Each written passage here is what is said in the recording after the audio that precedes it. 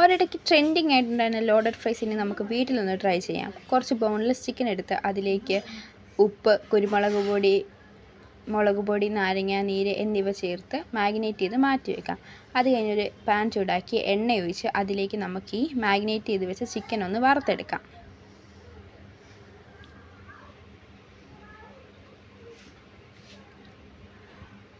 ഈ ചിക്കനെല്ലാം നമുക്ക് വറുത്ത് കോരി ഒരു പാത്രത്തിലോട്ട് മാറ്റി.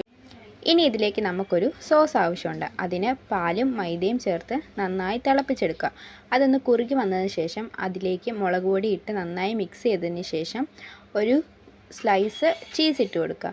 അതൊന്ന് നന്നായി റെഡിയായി വരുമ്പോൾ നമ്മളൊരു പാത്രം എടുത്ത് അതിലേക്ക് നേരത്തെ വറുത്ത് വെച്ച ചിക്കൻ ഇട്ട് ഫ്രഞ്ച് ഫ്രൈസ് ഇട്ട് പിന്നെ നേരത്തെ തയ്യാറാക്കി വെച്ച സോസും ഇട്ട് അതിൻ്റെ മണ്ടയിൽ ടൊമാറ്റോ കെച്ചപ്പ് ഒഴിച്ച് ഇനി നമുക്കിത് കഴിക്കാം.